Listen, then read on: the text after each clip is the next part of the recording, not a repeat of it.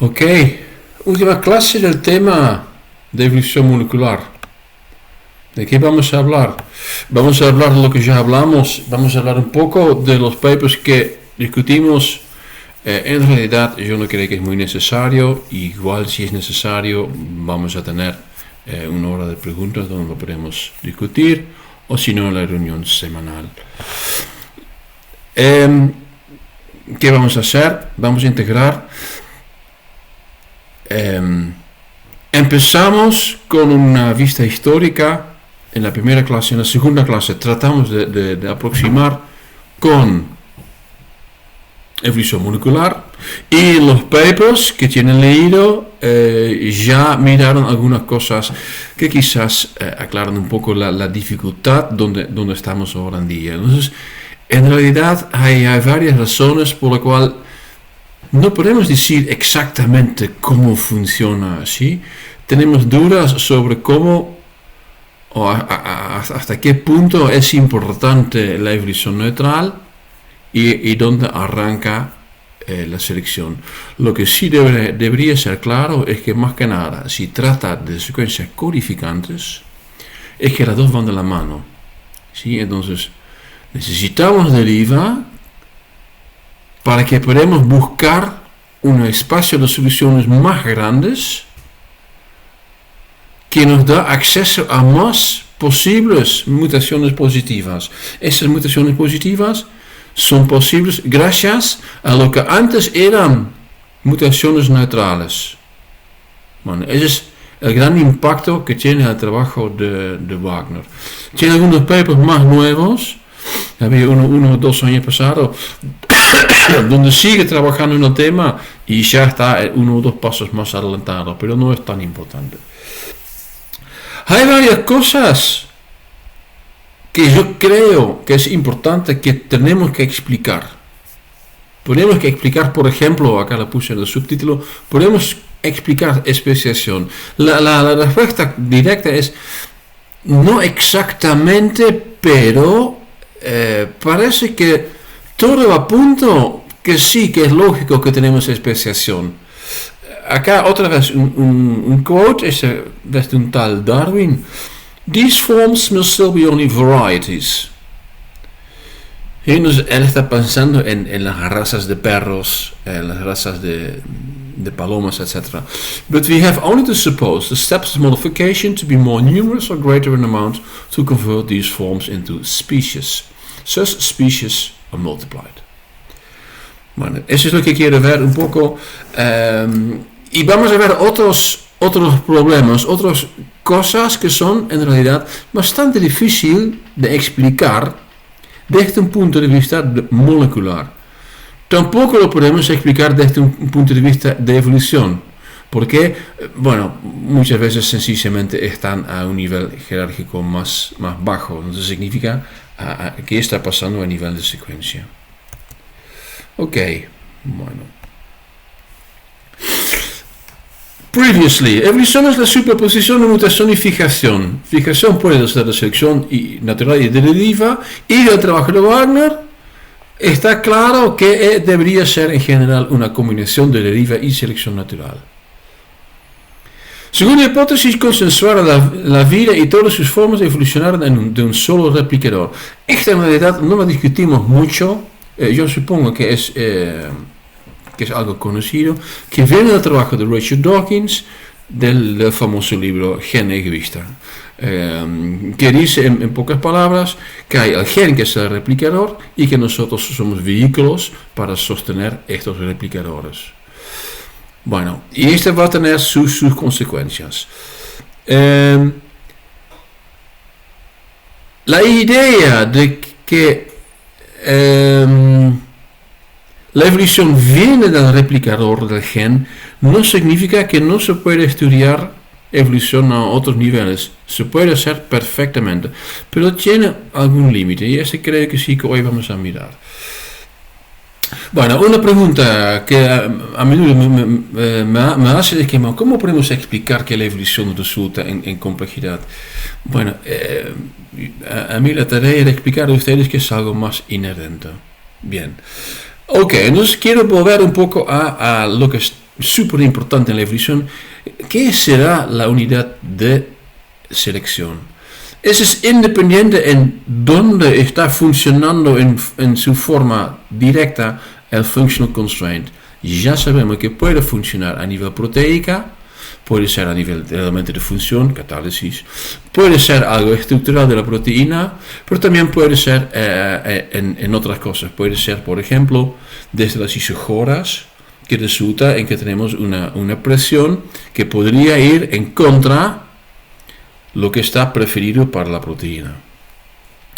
Bueno, lo que podemos pensar es que tenemos evidencia para cooperación en varios niveles y que de aquí también podemos estudiarlo, a nivel de gen, a nivel de celular, a nivel de organismo, sociedad y ecosistema. Y aquí hay cooperación y esto resulta en una vista bastante novedosa, que es la vista de multilevel selection. Y ese es un aspecto importante para entender. El resultado siempre es el incremento de orden y el incremento de complejidad. Bien. Cooperación a nivel de gen. Sí, tenemos promotor, códex sequence terminador. Es un ejemplo simple y bastante conocido. En realidad necesitamos algo más. Necesitamos también un factor de transcripción. ¿Sí? Otra vez un ejemplo de que es cooperación que ya hace que es un poquito más complejo. El gen también se puede regular por microRNA, ¿sí? Que a su vez es otro gen. ¿Sí? También hay complejos. Bueno, el complejo más conocido, más importante probablemente, es la ribosoma, ¿sí? Es tremendo la complejidad que tiene la ribosoma. Hay metabolones, ¿sí? Ese es de la química biológica. ¿Para qué sirve? Bueno, acá tengo un ejemplo con 3 enzimas. En realidad son 4. Entonces, en la primera instancia generamos un conjunto de 3 enzimas, 1, 2 y 3, que resulta que una vez que enzima 1 capta el sustrato, tenemos como un túnel o una línea que garantiza que el producto de enzima 1 entra directamente en nos. Entonces, el problema por ejemplo, de tener una baja concentración solamente ocurre una vez. Obviamente va optimizando la eficiencia del sistema. Otra cosa que puede ser que en algún punto se va enzima 3, entra enzima 4, por lo cual vamos a tener otro producto final. ¿Sí? Entonces no solamente es para optimizar en términos de velocidad, también se puede usar en la regulación. Otra vez un ejemplo de complejidad. Cooperación también ocurre a nivel de la célula. ¿Sí? Entonces acá tenemos una imagen de un experimento con los resultados en lo que se llama un heatmap, ¿sí? que indica el color, indica un poco cuál es el nivel de expresión, y se ve que algunos genes involucrados en las mismas rutas están bajo un control coordinado. ¿Sí? Bueno, también lo podemos ver desde un punto de vista de traducción de señales. La traducción de señales en realidad es necesario para mantener en general la homeostasis, ¿sí? O, por otro lado, para generar algunos cambios que son necesarios por ejemplo, el desarrollo o, por ejemplo, en respuesta a un factor del ambiente. Tiene que ser un cambio justo, pero también se encuentra regulado. Inter-organ communication, acá puse un screenshot, que es una cosa que encontré en algún punto, sí, funciona con moléculas bioactivas, en algunos sistemas con neuronas, con fascículas, bueno, hay un montón de cosas. Y también a nivel de población tenemos cooperación, ¿sí? Y eso es más que nada, ahora en día es algo bastante investigado, dado la fuerza que tienen los medios sociales. Bueno, un poco intermezzo, que es algo que es súper interesante, pero viene con un montón de cosas adicionales. Es algo que se llama eusocialidad. Eusocialidad tiene su definición, es un superorganismo, ¿sí? Donde dentro de la sociedad hay varios tipos de organismos y cada los tipos de organismos tienen un rol particular. ¿Sí? No quiero pasar demasiado tiempo en si lo quieren estudiar o saber más, hay que buscarlo en la Wikipedia. ¿Sí? Lo que es interesante es que, por ejemplo, en abejas son seres que se llaman haplodiploides. ¿Sí? Hay algunos que son haploides y otros son diploides, y las hijas de aquí tienen un 100% del genoma del padre y un 50% de la reina, y entre hijas tienen 75% de identidad. Entonces son supercestos, tienen más en común. ¿Sí? Bueno, pueden transmitir más de sus genes, ayudando a criar a sus hermanos que tienen su propia descendencia. ¿Sí? Bueno, es una ventaja para llegar a ser social, y ahí está funcionando el inclusive fitness. ¿Sí? Entonces es la aptitud que tenemos, no sobre sí mismo, pero para tus genes que están presentes en familia. ¿Sí? Esa es una parte que se explica, por ejemplo, para explicar kin selection a nivel de familia. Bueno, el bicho social tiene otras cosas para ser más complejo. Esa es una hormiguera, y la voz se dice que es un insecticida. No es un insecticida, es un fungicida. Y entonces lo que pasa es que este compuesto lo que hace es que mata a los hongos que las hormigas están usando realmente como cultivos estériles, lo mantienen estéril para que mate al hongo y que luego las hormigas no tienen más comida. Bueno, los hongos están abusados por los hormigas. Sí, bueno, también hay varias especies de termitos que están esclavando otros insectos. Bueno, lo que quiero hablar es multilevel selection, complexity, sex speciation, master genes, cancer. Ok, quizás que falta un poco de explicación sobre multilevel selection, kin selection. En general tomamos al gen como unidad de selección. Es independiente si es realmente así, tenemos que decir, bueno, es complicado. ¿Y por qué es complicado? Bueno, justamente porque no es que existen otras fuerzas, existen fuerzas derivadas. Yo lo veo como derivadas, ¿sí? Entonces siempre al final o al inicio viene el gen, pero puede tener sus efectos raros. Y aquí estamos usando, por ejemplo, los términos como multilevel selection o inclusive fitness.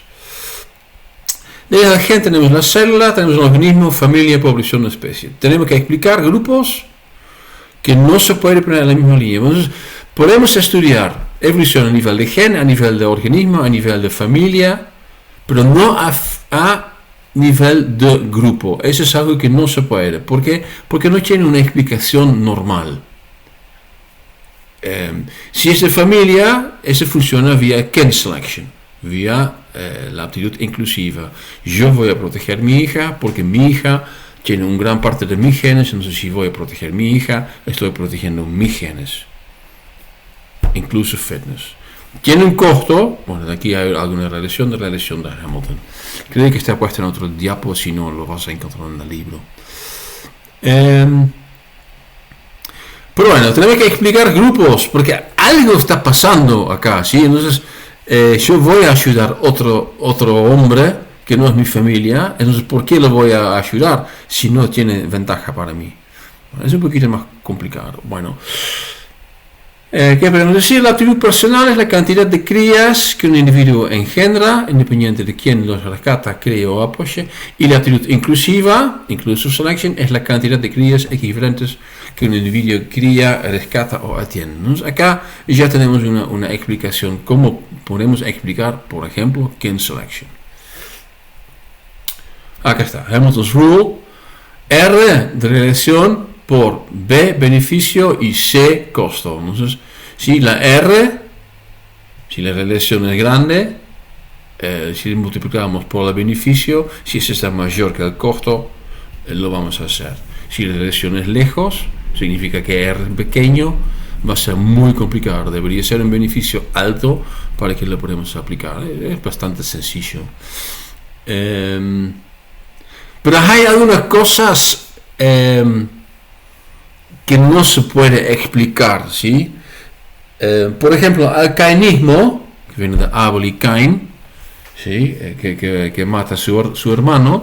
Esas son cosas que se encuentran en la naturaleza, ¿sí? Entonces, si hay en el nido de un pájaro, si hay demasiados huevos, se ve que el primero que está en el nido trata de tirar otros huevos afuera. ¿Y por qué es este? Bueno, obviamente es egoísmo. Entonces, acá es como que parece que quizás Hamilton's Rule no está funcionando. Entonces, hay algunas condiciones que se aplican. Bueno, y para ir desde Kin Selection y generar un poco una explicación sobre lo que está pasando a nivel de grupo, Dawkins dice algo bastante inteligente. Si las familias, y nosotros estamos hablando de parientes genéticos, se organizan en grupos, este hecho proporciona una regla general útil para la selección de parentesco. Será como prestar atención a cualquier individuo que veas a menudo. ¿Cómo lo tenemos que entender? Bueno, tenemos que entender, y es algo que es claro, que depende un poco de la especie, ¿sí? Entonces, si somos vacas, estás siempre con las mismas vacas, ¿sí? Entonces, es muy probable que las vacas cerca tuyo, que siempre están en familia, es muy probable, ¿sí? Y eso explica cómo puede ser que lo que se puede explicar de una forma biológica, Kin Selection, resulta también indirectamente en Group Selection. Entonces, no podemos pensar en Kin Selection sin tener en cuenta aspectos sociológicos. Más que nada para indicar que Kin Selection resulta en lo que se llama Group Selection. Bueno, Group Selection tiene mucho en contra, ¿sí? El problema que tenemos desde Group Selection, desde su definición, es que entonces, ¿cómo funcionará? Funcionará, por ejemplo, como una cooperación, ¿sí? Hacemos una cooperación y tenemos un objetivo en común, que por ejemplo es bajar el precio de la electricidad en el barrio, ¿eh? Pero bueno, lo que pasa es que siempre dentro de la cooperación puede pasar, si la cooperación crece mucho, que alguien va a decir, bueno, a mí no me gusta entonces no lo voy a decir a nadie, pero igual voy a hacer otra cosa, ¿sí? Ese es el problema que tienen las cooperaciones. Y es de aquí que al final el Group Selection no es lo que se llama una estrategia evolutiva estable. Entonces los seguidores de Group Selection que estaban trabajando en y que ven que no es algo que no existe, tampoco podemos decir que no existe. Existe, pero necesitamos un theoretical framework para explicar. Dos personas, Edward O. Wilson, falleció como 3-4 años pasado, muchos estudios con hormigas, abejas, etc. Muy bien trabajo. Y David Sloan Wilson, y ellos estaban en el desarrollo de lo que ahora en día se llama Multi-Level Selection. Y eso es como un otro framework para explicar estas cosas como Group Selection. Hay otra cosa que tenemos que tener en cuenta, es que si estamos hablando de sexual species, que la relación, por ejemplo, de Hamilton se puede explicar bien, pero ¿cómo funcionará por ejemplo, con bacteria? Eso ya es algo que es bastante más complejo para explicar. Y igual son cosas que se pueden medir. Bueno, de aquí, entonces, al lado de que tenemos Inclusive Fitness, tenemos otro framework, otra hipótesis que trata de explicar estas cosas, que se llama Multi-Level Selection. Enfatiza las fuerzas intra e intergrupo.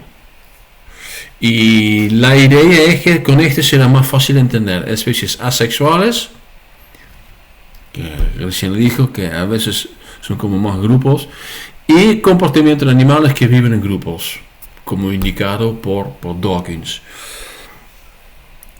Eso no significa que no está basado en la gen como unidad de selección. Como ya indiqué antes, ese será como algún derivado, ¿sí? Pero es muy abstracto y es muy difícil de entender. ¿Por qué? Porque no siempre sigue la misma lógica. Bien. It's complicated. Lo que explica a veces es un ejemplo, ¿no? Vamos con un ejemplo importante. Entonces vamos a hablar desde el gen de la sociedad y vamos a mirar a transposones. Ok, ¿qué es? Transposón es un elemento genético transponible, también se llama gen saltarín. Es una secuencia de ADN que puede moverse de manera autosuficiente a diferentes partes del genoma de una célula. Bueno, eso se puede entender como el super ejemplo, paradigma del gen egoísta. Todos los genes son egoístas porque todos los genes, según una teoría consensuada, lo único que quieren es replicarse. Y por eso es un poquito más. Por eso, para distinguir, también lo llamamos ADN egoísta. Es así lo usamos. Su objetivo es replicarse, obvio. ¿Y cómo lo podemos entender? Bueno, su objetivo es replicarse y el organismo puede mantener estos transposones para, por ejemplo, instigar innovación. Eso es interesante. ¿Sí? Y lo que pasa es que hay un balance aquí. Entonces, no podemos tener 1 millón de transposones porque eso va a ser muy costoso. Pero algo necesitamos. Entonces, la unidad parece ser el transposón mismo, unidad de selección, pero el organismo tampoco lo quiere perder. Bueno, tienen que hacer un cambio porque se me cortó la luz.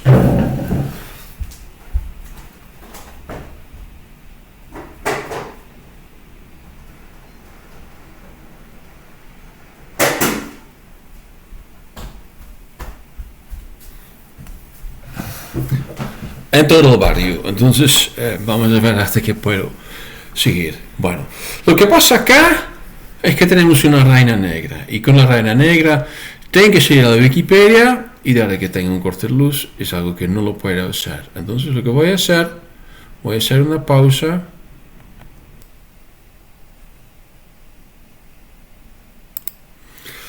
Dos horas más tarde. Supuestamente está funcionando de nuevo.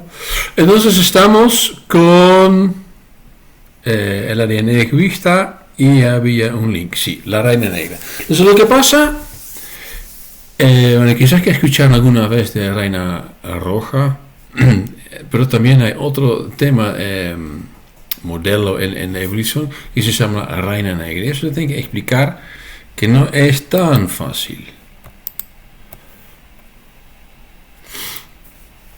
Bueno, la reina negra, The Black Queen. Este tiene que ver, no con abejas o algo, pero tiene que ver con un juego de napas, ¿sí? Card Game Hearts. Y en este lo que tenés es que tenés que juntar puntos. Y los puntos vienen de los cards Hearts y la reina negra. Y más que nada, la reina negra te genera muchos puntos. Creo que para un Heart es un punto. Un corazón es un punto y la reina negra te da 5 puntos. Antes de empezar, tenés que definir con todos los jugadores hasta qué puntaje te vas. Supongamos que vamos a 100. Ok. Una vez que hay un jugador que llega a 100, todos van a volver. Y el primero que llega a 0 o más bajo gana. Eso significa que inicialmente yendo a 100 no tenés que ganar puntos y en la vuelta sí tenés que ganar puntos. Entonces ese es un poco un truco que tenés que tener en cuenta. ¿Dónde estamos yendo? ¿Estamos yendo al tope o ya estamos volviendo? Bueno, cuando estamos llegando al tope no te conviene obtener la reina negra. Pero hay un truco ahí. Y el truco ahí es que cuando vas a obtener todos los puntos en un juego, todos los puntos posibles, va al revés. Eso significa que en esta instancia te conviene tener la reina negra. Bueno, entonces, ¿a qué se refiere y cómo se puede entender? La reina negra es algo que existe, ¿sí? Es parte del conjunto, ¿sí? Y alguien lo tiene que tener, pero preferiblemente no vos, ¿sí? Y lo mismo con los transpones. Los transposones, para vos no sirve. Solamente sirve para la sociedad, solamente sirve a nivel poblacional. Y ese es un ejemplo, creo que es claro, de lo que es multilevel selection. Entonces, la selección viene del gen, ¿sí? Es un transposón y sencillamente está actuando.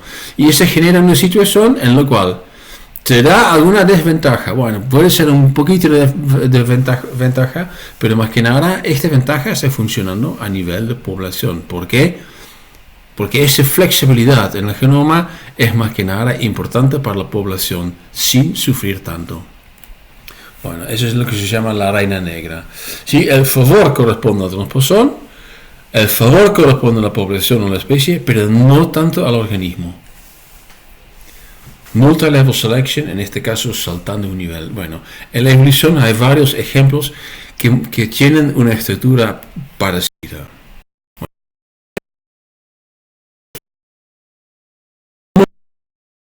Si miran a un microbioma, ¿sí? Por ejemplo a un conjunto de cepas de E. coli, que alguien tiene que tener la lactata deshidrogenasa, pero preferiblemente no vos. ¿Por qué? Porque requiere mucho ATP, por ejemplo, ¿sí? Pero lo que sí o sí necesitas es la actividad bioquímica. Y que de aquí podemos entender mucho mejor cómo funciona. Se puede entender también desde la idea de la aptitud inclusiva, ¿sí? La aptitud inclusiva funciona un poco diferente. Bien, bueno, eso me llega un poco a qué función, ¿sí? Tenemos que pensar, los humanos tienen unos 15 a 30 mil pseudogenes y por definición no son funcionales, ¿sí? Pero acá tenemos que tener mucho cuidado, ¿sí? Tenemos una enzima que pierde su actividad catalítica. Sí, pero esa no es la única que genera la función. ¿Sí? Antes de hacer catálisis, lo que tienes que hacer es unión. ¿Sí? El sustrato tiene que entrar en el binding cleft. Bueno, entonces eso también puede ser parte de la función y puede seguir funcionando después de que se pierde la actividad catalítica. Entonces, con lo cual tenemos que tener mucho cuidado es que realmente es función. Pero supongamos que realmente no es más funcional. Bueno, acá también puedes hacer, ¿cuál es la pregunta? ¿Por qué se mantienen? Bueno, otra vez, no es exactamente inclusive fitness porque no ayuda a nada, pero sí lo que puede ser es selección a nivel de población, ¿sí? ¿Por qué? Porque en algún momento necesitamos alguna característica que está puesta de alguna forma en el pseudogen y en este momento estás aportando ¿sí? Dado que son pseudogenes, muestran tasa evolutiva elevada a nivel de población, otra vez pueden generar plasticidad. ¿Sí? Eso es importante.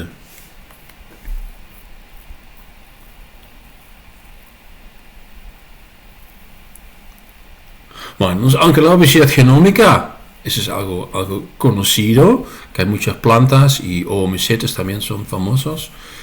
La obesidad genómica es costosa, pero tiene alguna explicación. Pero bueno, es complicado.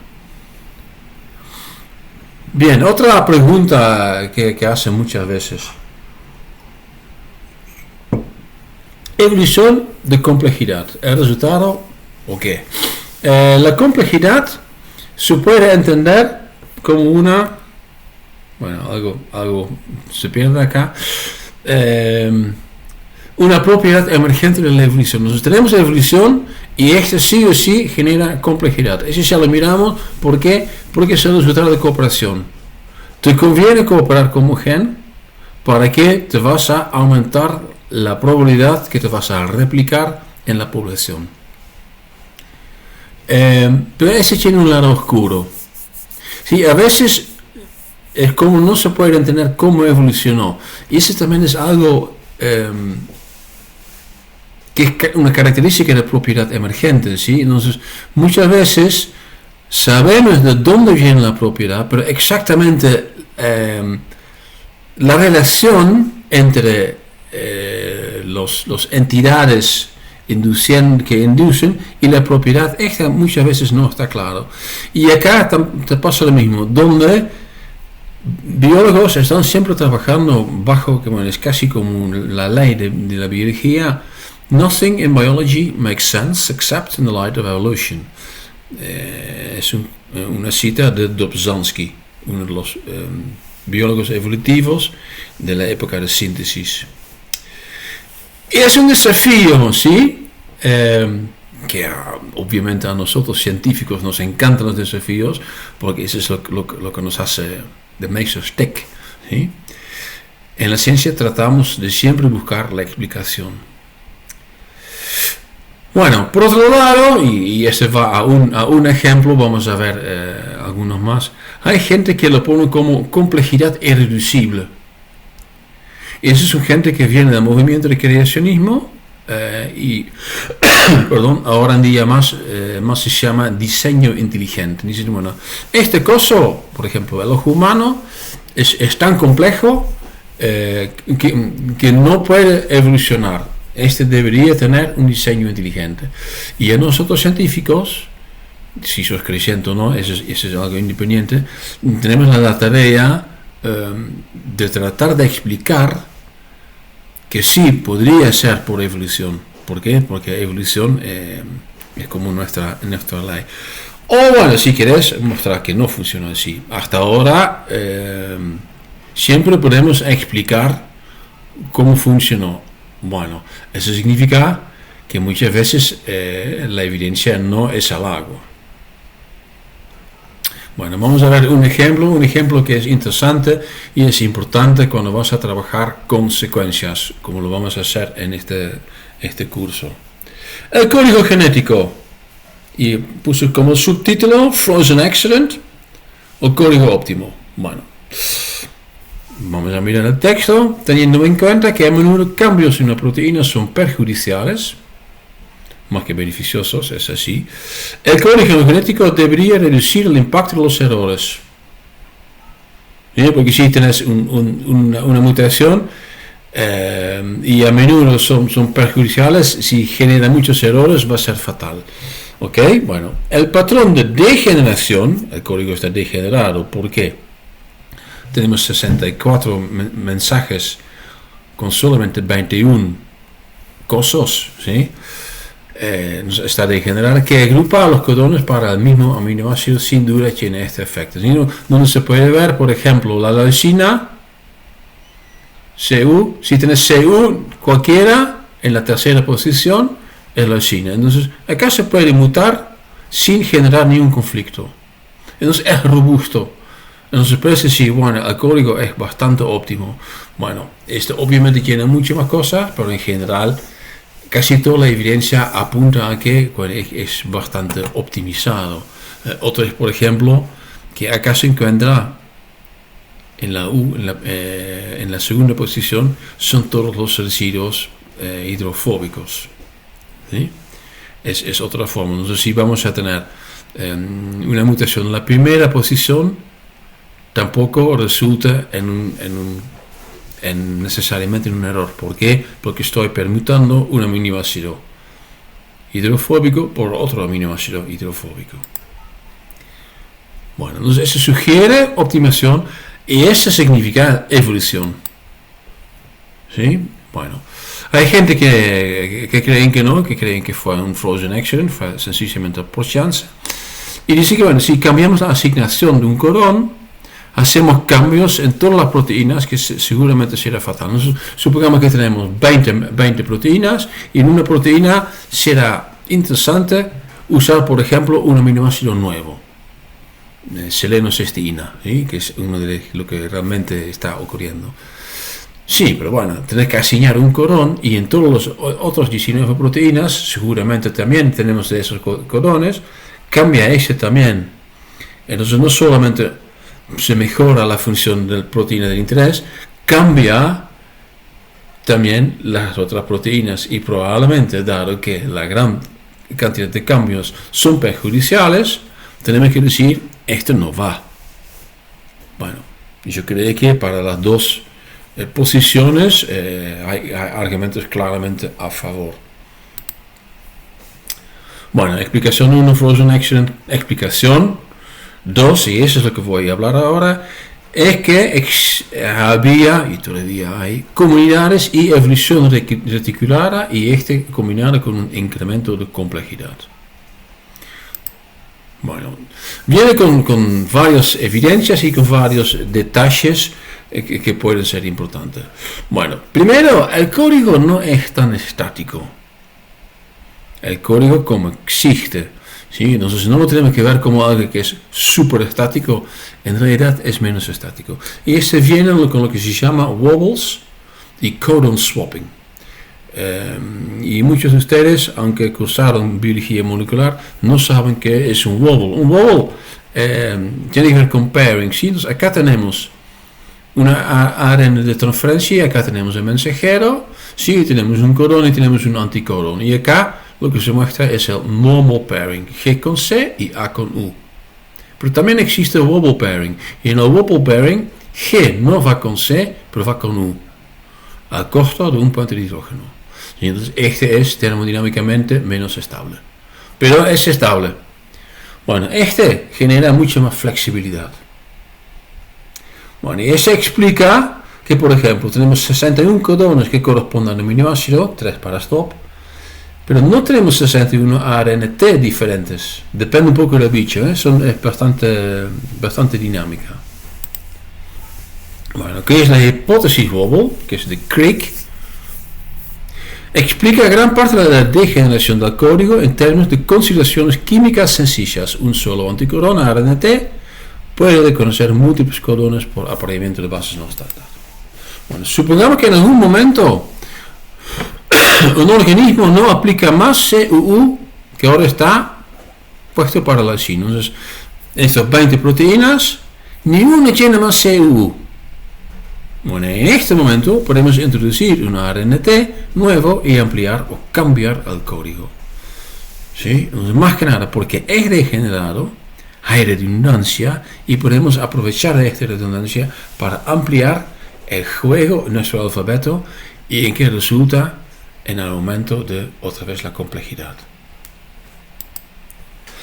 Y un ejemplo claro, un ejemplo existente, metionina en el código universal es ATG, ¿sí? Acá puesto como AUG con su anticodón UAC.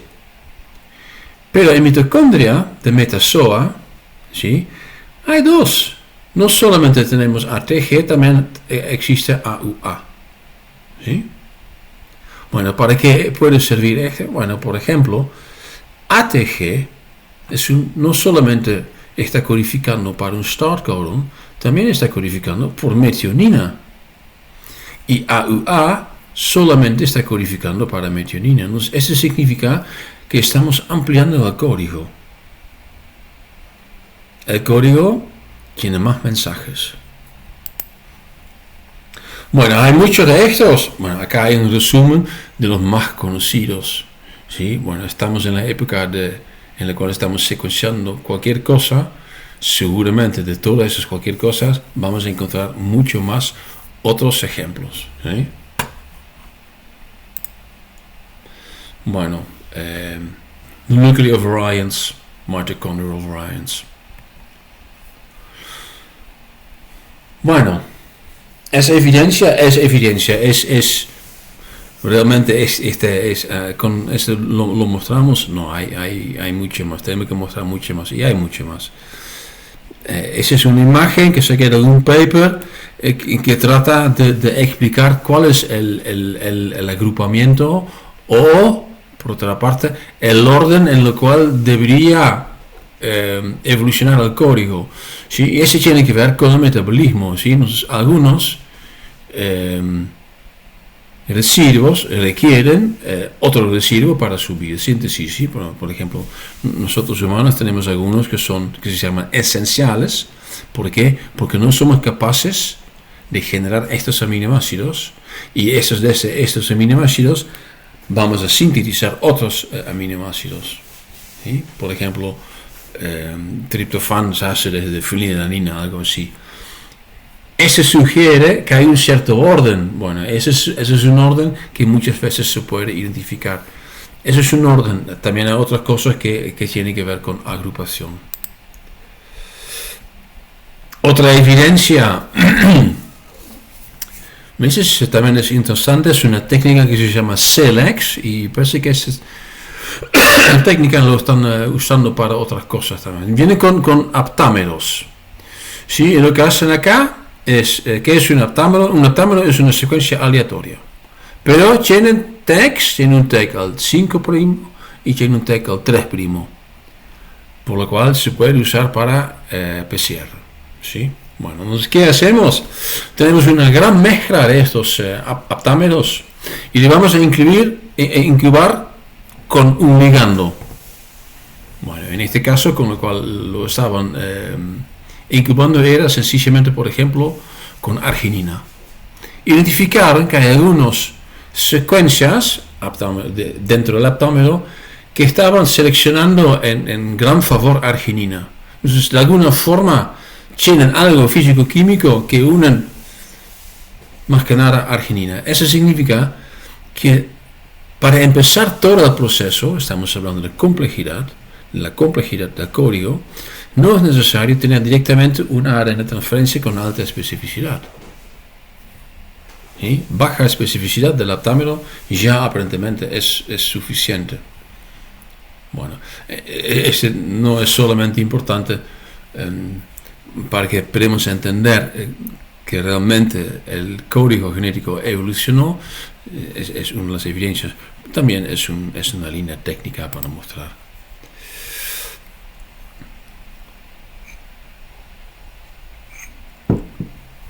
Otra cosa que encontré, la traducción es complejo y lo están estudiando y, por ejemplo, están trabajando en identificar el origen de peptidiltransferasa. Bueno, por un lado, sencillamente están sintetizando peptidiltransferasa, ¿sí? Sintetizaron algunos ribosimas que tienen una actividad peptidiltransferasa específica y varios ribosimas con una actividad no específica. Bueno, ¿por qué hicieron esto? Bueno, para mostrar que la química necesaria por la reacción peptidiltransferasa, que obviamente es importante en la traducción, en realidad no es muy difícil, es algo bastante simple. Sintetizaron varias enzimas específicas con origen independiente. No sintetizaron, es lo que encontraron, ¿sí? Entonces, peptidiltransferasas no siempre tienen el mismo ancestro en común. Evolucionó varias veces, otra vez implica que la química es simple. Estamos mirando la similitud. Bueno, ya mostré antes que varias enzimas corresponden a aminoácidos similares y tienen un ancestro en común, resultado de una duplicación. Eso tiene que ver, entonces, ¿sí? Primeramente vamos a tener un aminoácido y de la enzima que se usa para generar este aminoácido se puede generar otro. Bueno, y son combinaciones y son cosas interesantes. Por ejemplo, en eucariotas hay dos enzimas para glutamina y glutamato, una para cada uno. En procariotas hay para glutamina y hay una actividad transaminasa que resulta hay una para glutamato y hay una actividad transaminasa que resulta en glutamina. Entonces son dos formas diferentes para llegar a los aminoácidos. Bueno, son algunos ejemplos para mostrar que hay muchas cosas que están a favor de que realmente evolucionó.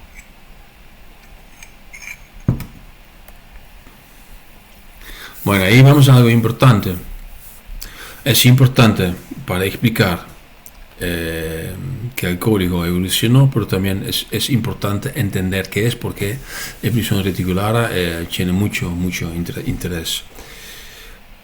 Reticular viene de red, ¿sí? Evolución de redes, y describe el origen de un linaje a través de fusiones. En realidad trata sencillamente, tenemos un linaje normal que en general se construye, se muestra con un árbol, y hay algunas transferencias laterales, ¿sí? Y esas transferencias laterales conectan las las ramas por la cual se genera una evolución reticulada.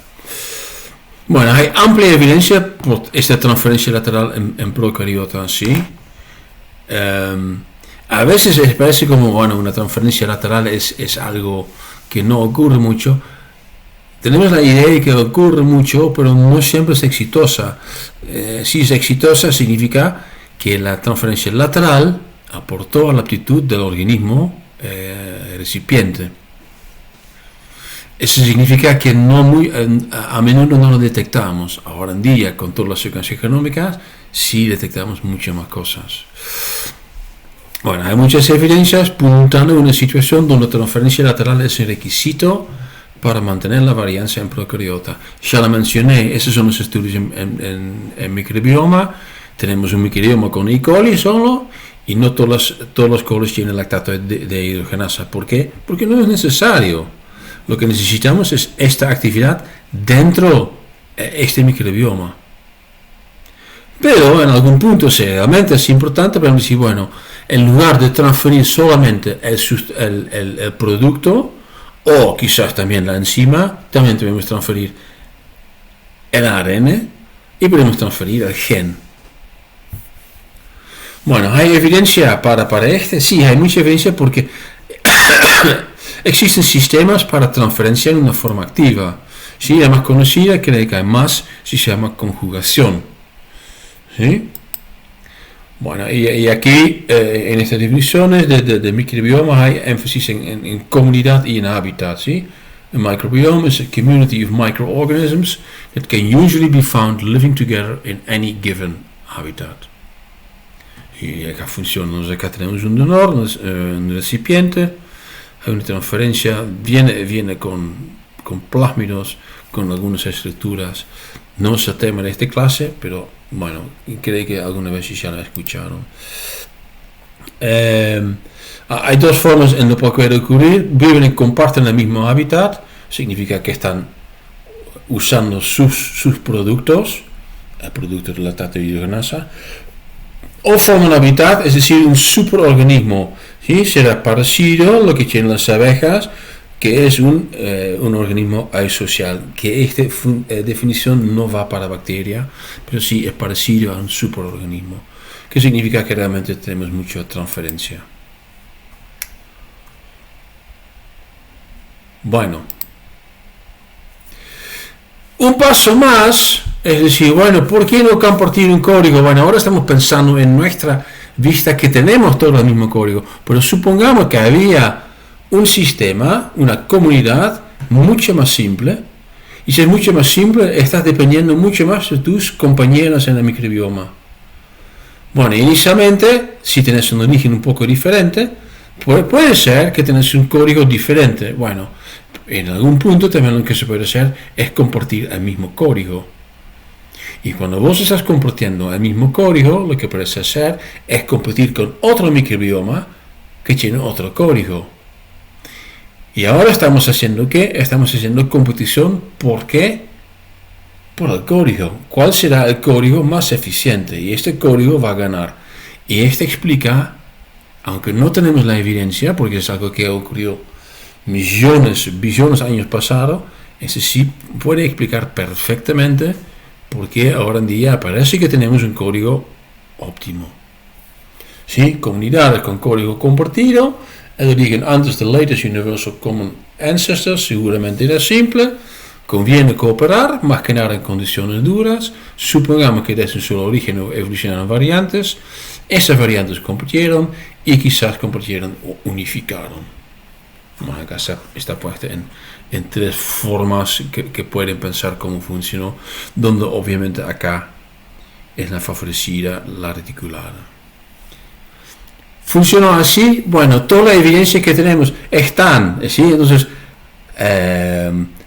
hay transferencia lateral, entonces hay evolución reticulada. Es muy probable que el código antes fue más simple. Bueno, de aquí en su conjunto, la gran mayoría de los biólogos está a favor que tenemos un código que es el resultado de optimización. Bueno, y ahora voy a hacer un salto Son muchos ejemplos de la biología, más que nada para mostrar qué es lo que estamos haciendo desde la molecular para llegar a nivel del organismo, donde inicialmente todo lo que era evolución era, explicamos todo desde el punto de vista del organismo. Estamos tratando de ahora desde la base de explicar todo, que no va a ser fácil, pero sí es interesante. ¿Para qué sirve la conjugación hoy? Sí, entonces ahora podemos decir, bueno, ya el código es óptimo, entonces para este no lo necesita más. Sí, pero lo que sí o sí necesitamos es altos niveles de variación, y este viene también de otras fuentes. Y una interesante es endogamia, porque un tal Darwin también lo identificó. Es bastante conocido que la esposa de Darwin era su prima hermana, ¿sí? Y 7 de sus 10 hijos llegaron a ser adultos. No sé si ya perdieron 3, probablemente por alguna enfermedad. Muchos tenían enfermedades que tenía Darwin. Lógico. Bueno, lógico, es más lógico conociendo lo que sabemos nosotros ahora en día, porque también Darwin tenía relativamente mucho en común con su prima hermana. Sí, la madre de las mismas hijas. Bueno, George Darwin era uno de los primeros, un hijo, ¿sí?, que estaba arrancando en la investigación de endogamia, ¿sí? Pero acá a la derecha se puede ver un texto, léalo más tarde, más tranqui, que es una carta de Charles Darwin. Todas las cartas de Charles Darwin están disponibles online. Súper interesantes las cartas, me recomiendo leer algunos. Se puede ver un hombre realmente inteligente, con mucho humor, etcétera, etcétera. Donde está indicando que realmente está pensando ya en endogamia. Bueno, ¿qué tenemos? En la población humana, en Estados Unidos más que nada, no es el origen, viene de otro lado, que era Alemania. Los Amish, ¿sí?, tienen enanismo y tienen síndrome de Angelman y tienen diversos trastornos metabólicos, por ejemplo el síndrome de Tay-Sachs. ¿Sí? Otro ejemplo se encuentra en la genética de la conservación de jirafas. Nosotros estamos pensando que jirafas hay una especie. No, creo que hay 7 o 10 subespecies, ¿sí? Y no es que no se pueden mezclar, pero en general no se mezclan, ¿sí? Son casi como una especie, y no mezclan su material, por lo cual sabemos que probablemente la jirafa también ya es muerto. Creo que hay un curso de genética de la conservación también acá en la universidad. Golden Retriever, sí, es el perro, creo, favorito de los argentinos, y es en realidad bastante feo, y yo creo que lo tenemos que hacer algo porque estamos haciendo algo mal. According to various sources, the average lifespan of a golden retriever is between 10 to 12 years. In the 70s, 16 to 17 years. ¿Y por qué es este? Es por endogamia, ¿sí? Porque estamos haciendo selección artificial, que significa que vamos a aparear un golden retriever con otro golden retriever para seleccionar más las características que queremos tener. En Argentina está peor. ¿Por qué? Porque no llegaron muchos ejemplares de golden retrievers en Argentina, ¿sí? Entonces la base de lo que entró en Argentina ya es mucho peor, y es cierto que en Argentina muchos golden retrievers tienen algún problema. Es para ponderar, ¿no?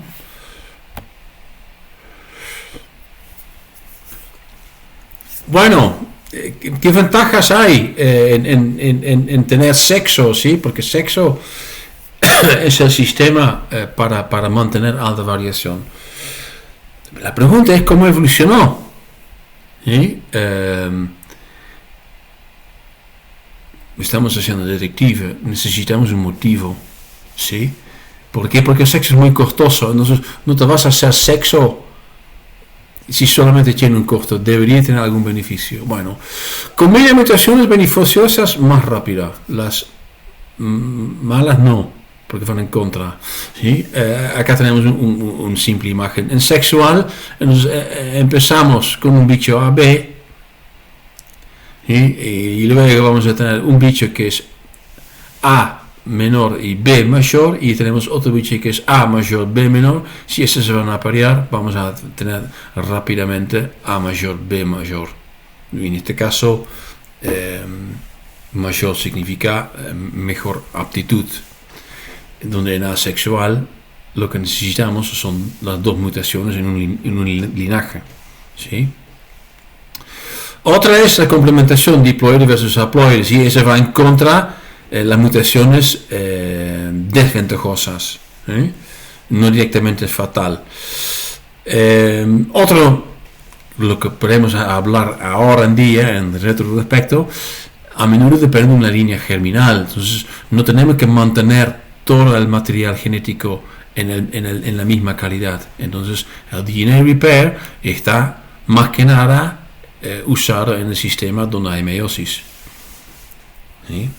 Bueno, desde el sexo se puede generar recombinación homóloga. Entonces, ya el sexo es una fuente de mezclar, pero no tanto. La gran parte de los cambios vienen de recombinación homóloga. ¿Sí?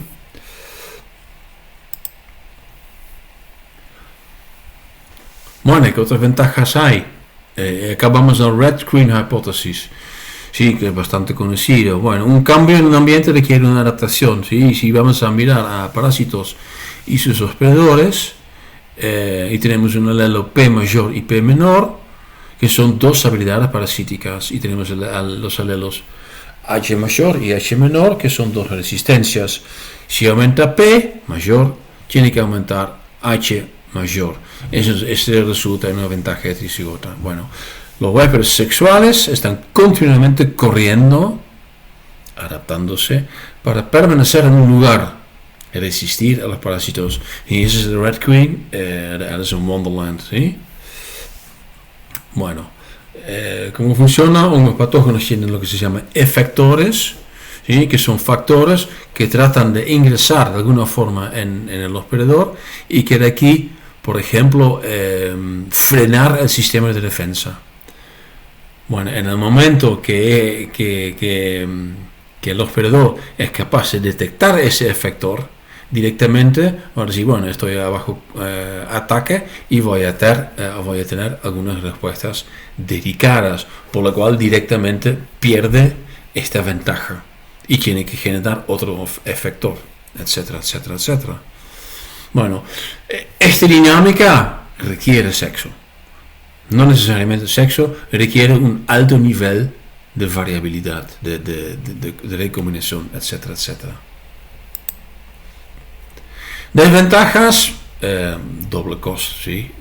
Claramente. Tenemos que mantener 2 cromosomas en lugar de 1. Entonces, en términos energéticos, el impacto es bastante grande. Bueno, este significa que en realidad, en general, los fuentes energéticos no son muy limitantes en este momento.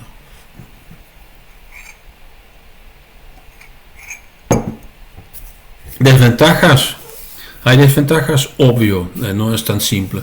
Hay genes que son más egoístas que otras. ¿Sí? Por ejemplo, segregation distortion de Drosophila, indicado con SD-MASH, más. El locus SD consiste de 2 genes, que es el killer resistente. El killer produce una toxina, y si un individuo no tiene resistente, va a morir el gameto masculino. Solo afecta al gen SD y sus hitchhikers, son los genes que están al lado, que están haciendo dedo con el gen SD. ¿Sí? Bueno, estos genes tienden a fijarse más rápido en reproducción sexual. Entonces acá es como que hay un desbalance, hay algo que está afuera de control. Ese es un locus que no se puede controlar de una forma fácil y que será desventajosa para Drosophila. Bueno, otras personas es un poco diferente, ¿sí? la desventaja que tienen es que tienen un costo alto, pero generan más variabilidad. Entonces, no es lo mismo que un Selfish Cytoplasmic Genes. Entonces, hay varias desventajas desde la obesidad y desde la variación, porque transposones generan variabilidad, pero a veces funciona por otro lado. Bueno, ¿cómo podría funcionar? Bueno, vamos paso por paso. Empezamos que hay una única especie, un conjunto de organismos que cruzan entre sí. Vamos a tener una variante genética, ¿sí? Como está puesto ya por Darwin. ¿Sí? Debe propagarse por parte de la especie y los portadores de esa variante deben aparearse solo con otros portadores de la misma variante. Bueno, ese es un paso intermedio. Y este resulta en tres: la especie se habrá dividido en dos. Una población inicial habrá evolucionado de dos poblaciones cruzadas separadas. A lo largo del proceso también pueden surgir otras diferencias genéticas, comportamentales y ecológicas. Es un proceso gradual. Entonces no es algo que puedes observar. Lo puedes observar haciendo experimentos, pero requiere mucho tiempo, porque necesitas varias generaciones para que realmente ver que tenemos una especie nueva. Bueno, una variante genética debe propagarse por parte de la especie y los portadores de esta variante deben aparearse solo con otros portadores de la misma variante. Hay varias formas y en evolución están pensando en mucho que mucho viene de la alopétrica. Alopétrica es por una separación, y la parapétrica es algo parecido, y la simpátrica lo tenía como un modelo, pero este modelo era muy difícil para entender. Ahora, con el conocimiento de la evolución molecular, somos capaces de explicar este mejor y es bastante probable, lo tenemos que mostrar, que la especiación simpátrica es más importante que la alopátrica. Sí, ese es el término que estamos usando. Lo que necesitamos es reproductive isolation. Bueno, vamos a hacer experimentos entonces. ¿Sí? Está escrito en el libro de Evolution, uno de más detalle, pero los datos de 14 experimentos. Lo que hicieron fue sencillamente generar dos subpoblaciones. ¿Sí? Bueno, ¿cuáles son los clavos importantes? Los resultados: no hubo selección reproductiva, poco tiempo y selección natural más importante que deriva. Bueno, ¿cómo lo podemos llegar a este conjunto? ¿Qué significa que no hubo selección reproductiva? Entonces vamos a generar desde una población, dos subpoblaciones, y lo que estamos cambiando sencillamente es que es la fuente de nutrición. Por ejemplo, en un grupo glucosa y en otro grupo galactosa. Acá. Lo vamos a generar o dejar vivir y multiplicar por 10 generaciones, y ahora vamos a medir las cruzas eficientes. Nos vamos a glucar. No lo hacemos en 2, lo hacemos en 20. ¿Sí? En 10 son con glucosa y 10 son con galactosa, y vamos a hacer todos cruzados para generar más datos. Por ejemplo, vamos a cruzar glucosa 1 y con glucosa 2. Un bicho de subpoblación glucosa 1 y un bicho de glucosa 2. Galactosa 1 y galactosa 2. Y por ejemplo, uno de glucosa, cualquiera, con otra galactosa. Y aquí podemos decir que la selección natural es más impactante que deriva. ¿Por qué? Porque no hubo un efecto claro si estamos mirando a dos subpoblaciones que estaban viviendo en base de glucosa. Pero sí hubo un efecto en glucosa galactosa, tampoco en galactosa. Entonces hay algún efecto, no es sencillamente deriva. Bueno, eso significa que hay selección, pero tampoco es directo. ¿Por qué? Porque la selección reproductiva no estaba puesta, la selección era nutrición. ¿Sí? Entonces la explicación que tenían es pleiotropia. El pico también puede influir en el comportamiento reproductivo, ¿sí? El pico del bicho, un ejemplo. Y la otra será un hitchhiking. Entonces estamos generando un efecto a algún metabolismo de glucosa, pero al lado está el gen que tiene que ver algo con la reproducción. Bueno, entonces hay evidencia, sí, en el lab, si lo vamos a hacer, lo podemos generar. También hay evidencia en el campo y el laboratorio. ¿Sí? Entonces tenemos subpoblaciones geográficamente distantes, ¿sí? Los neerlandeses y los argentinos. Y le vamos a ver qué podemos hacer. Bueno, y esto resulta en si las subpoblaciones son geográficamente más distantes, entre ellos son menos fértiles. Bueno, este último es lo que se hace en el laboratorio, pero el experimento grande, obviamente, está hecho en el campo. Bien, ¿podemos hablar de realmente especiación? No. Estamos hablando de especiación en proceso. Bueno, un ejemplo son los ring species, ¿sí? Un ejemplo de ring species son las gaviotas en Europa del Norte. Las gaviotas empezamos en Islandia. Las de Islandia son capaces, es una simplificación en lo que estoy diciendo, son capaces de aparear con las gaviotas de Noruega. Los de Noruega son capaces de aparearse con los de Dinamarca, los de Dinamarca con los de Países Bajos, los de Países Bajos con Inglaterra, los de Inglaterra con Irlanda y con Irlanda con Islandia. Pero los de Islandia no pueden aparearse con los de Países Bajos. ¿Sí? Ese es un ejemplo que es un poquito más complejo que de más o menos un post-zygotic isolation. Bien. Miramos el sexo y nos preguntamos cómo evolucionó. Bueno, y algo clave que sí también tenemos que explicar es que el sexo requiere meiosis. Bueno, ¿qué es lo que se quiere meiosis? Porque una cosa es que evolucionó mitosis, pero otra cosa es para generar sexo necesitamos meiosis, que es mucho más complejo. Pero otra vez el tema es que si lo estamos mirando ahora, sí es algo súper complejo, pero no lo estamos mirando al sistema de meiosis original. Y el sistema de meiosis original obviamente era mucho más simple. ¿Qué es lo que se quiere para meiosis? Bueno, mitosis, porque meiosis, lo que tiene es meiosis 1 y meiosis 2. Uno de los dos en realidad es nada más que mitosis. Y la otra es muy parecido. Toda la estructura, las tubulinas y todo el spindle body es súper parecido. Y entonces es probable que había mitosis y que de alguna forma duplicamos la mitosis, pero con algún error, con algún cambio. Bueno, lo que también se requiere es 2N, pero 2N tampoco es muy difícil. No sé por qué está acá. Vamos directamente acá. Bueno, mitosis, y acá tenemos meiosis. Acá tenemos una célula que puede ir por este lado, puede ir por este lado. Bueno,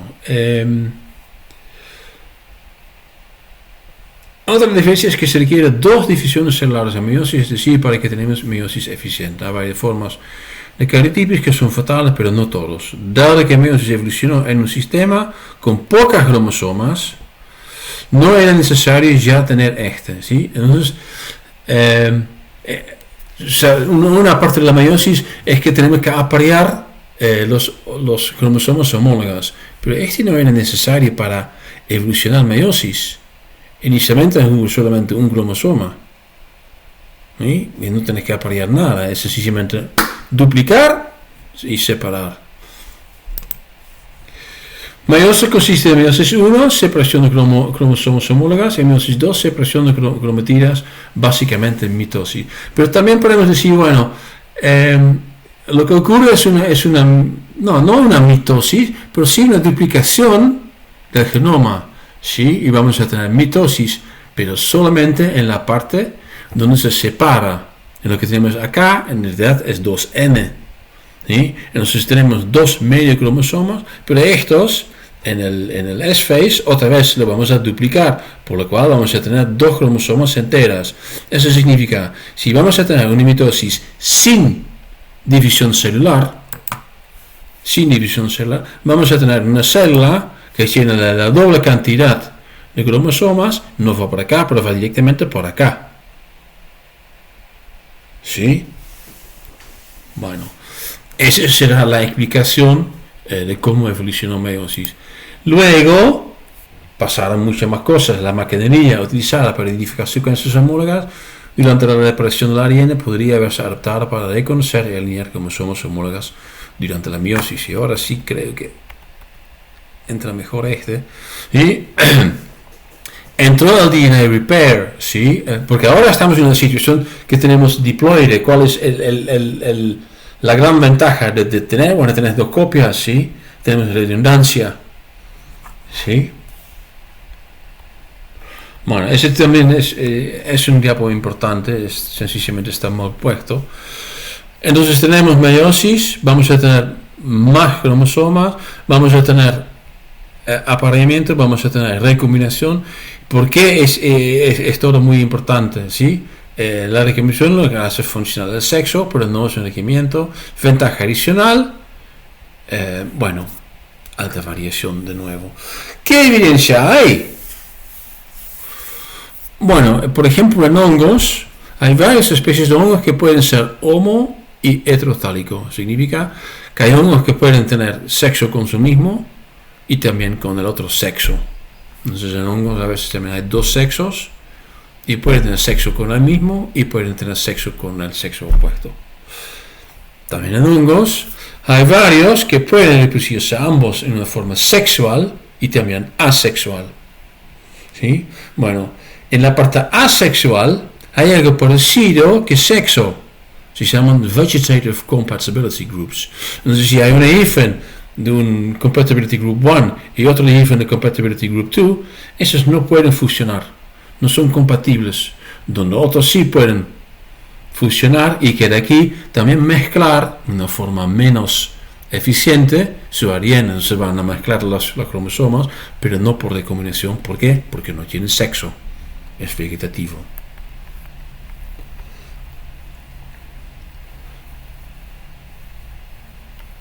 Bien, casi estamos, y es correcto porque en 15 minutos tengo que hacer otra cosa.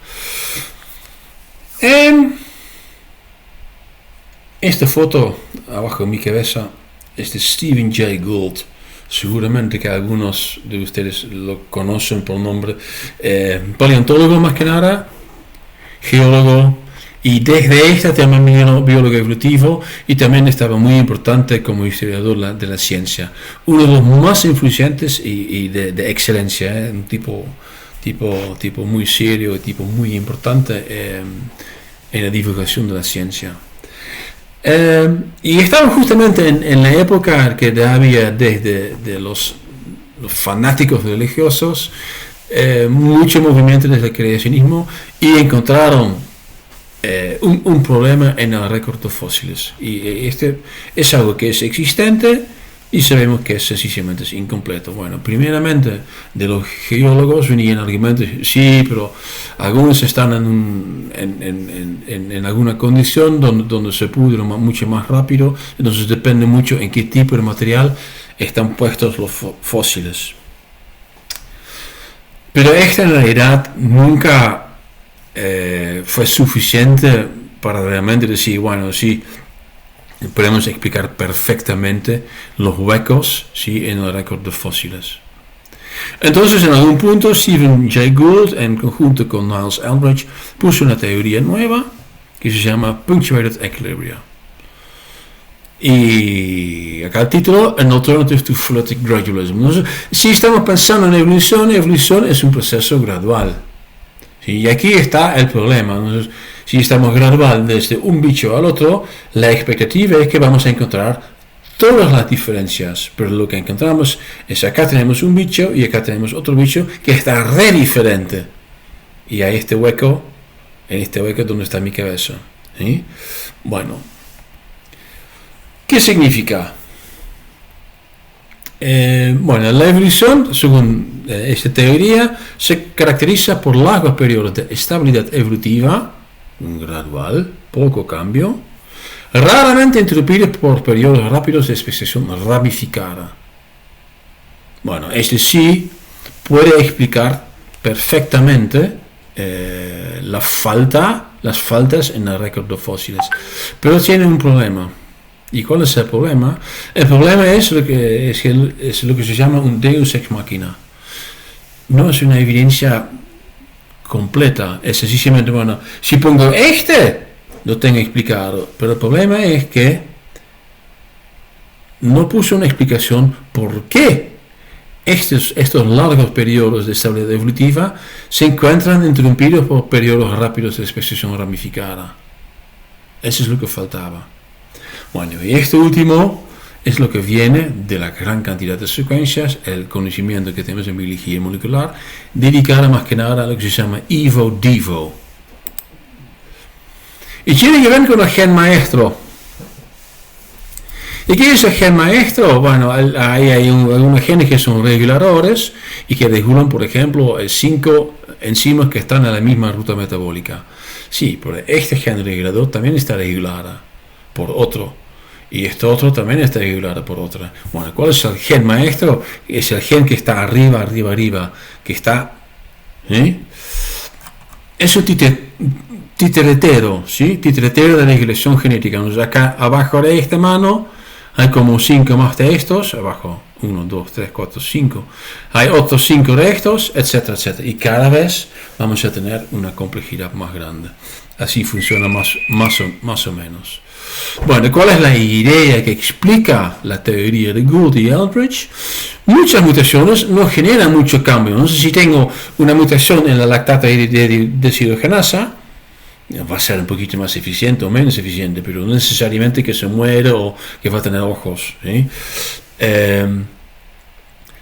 Hay deriva, pero no cambia mucho. Y acá, por ejemplo, tenemos el coelacans, que es un living fossil. Bueno, a veces hay una mutación en el regulador maestro. Bueno, ahí sí, si este resulta en un cambio físico en la regulación de este regulador, cambia mucho. ¿Por qué? Porque arriba y abajo hay un montón de cosas que cambian. ¿Y qué resulta? Bueno, muy probablemente es fatal. Bueno, eso no explica nada porque se pierde. Pero a veces resulta en algo que no necesariamente es fatal, pero sencillamente este organismo se siente mal, ¿sí? Tiene, por ejemplo, en lugar de que requiere agua dulce, requiere agua salada. ¿Sí? Bueno, ¿qué es lo que tiene que hacer? Tiene que mudarse. Tiene que cambiarse de nicho. Pero cuando se va a cambiar de nicho, va a tener otros patógenos, va a tener otros predadores, ¿sí?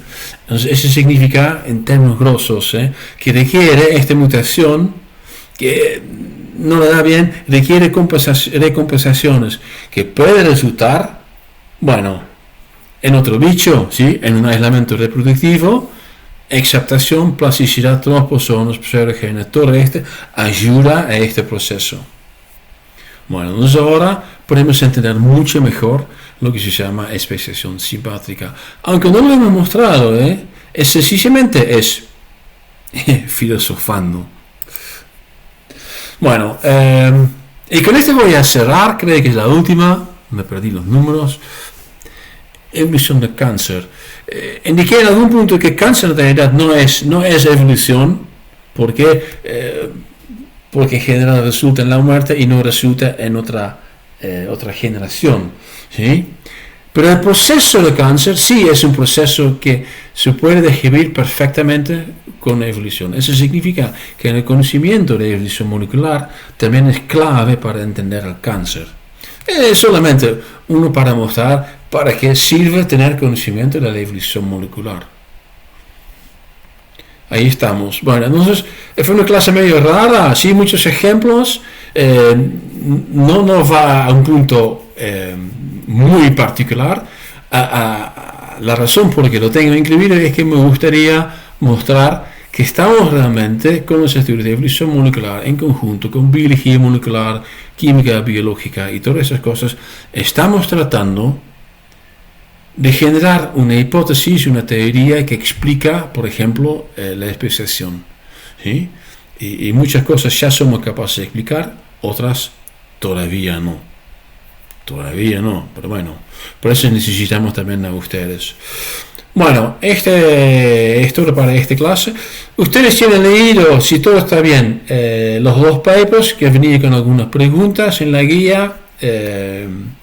Una vez que están listos, que cree que es automático, yo los voy a mirar y lo vamos a tratar en la próxima clase. Y ahora, si todo está bien, les falta un paper, que es un paper de epistasis, creo. Este paper es bastante difícil y es un ejemplo de cómo podemos usar evolutionary fingerprints en nuestros estudios. Pero lo que tiene es que tiene aproximaciones raras que vienen de data science, y eso es importante. Una gran ventaja de trabajar en evolución molecular es que puedes usar muchos datos, ¿sí? Donde estás trabajando en evolución, en general es muy difícil trabajar con 1000 elefantes, ¿sí? 1000 mosquitos, quizás que sí, pero con esta cantidad de datos que estamos trabajando en evolución molecular no se puede. Pero la aproximación es diferente, ¿sí? Y espero que lo van a entender. Si no lo van a entender, me lo tienen que preguntar, ¿sí? Porque van a comparar en este último paper varias versiones de DNDS. No hay una versión, hay algunas aproximaciones de este número, y esas aproximaciones son muy interesantes. Bueno, hasta la próxima.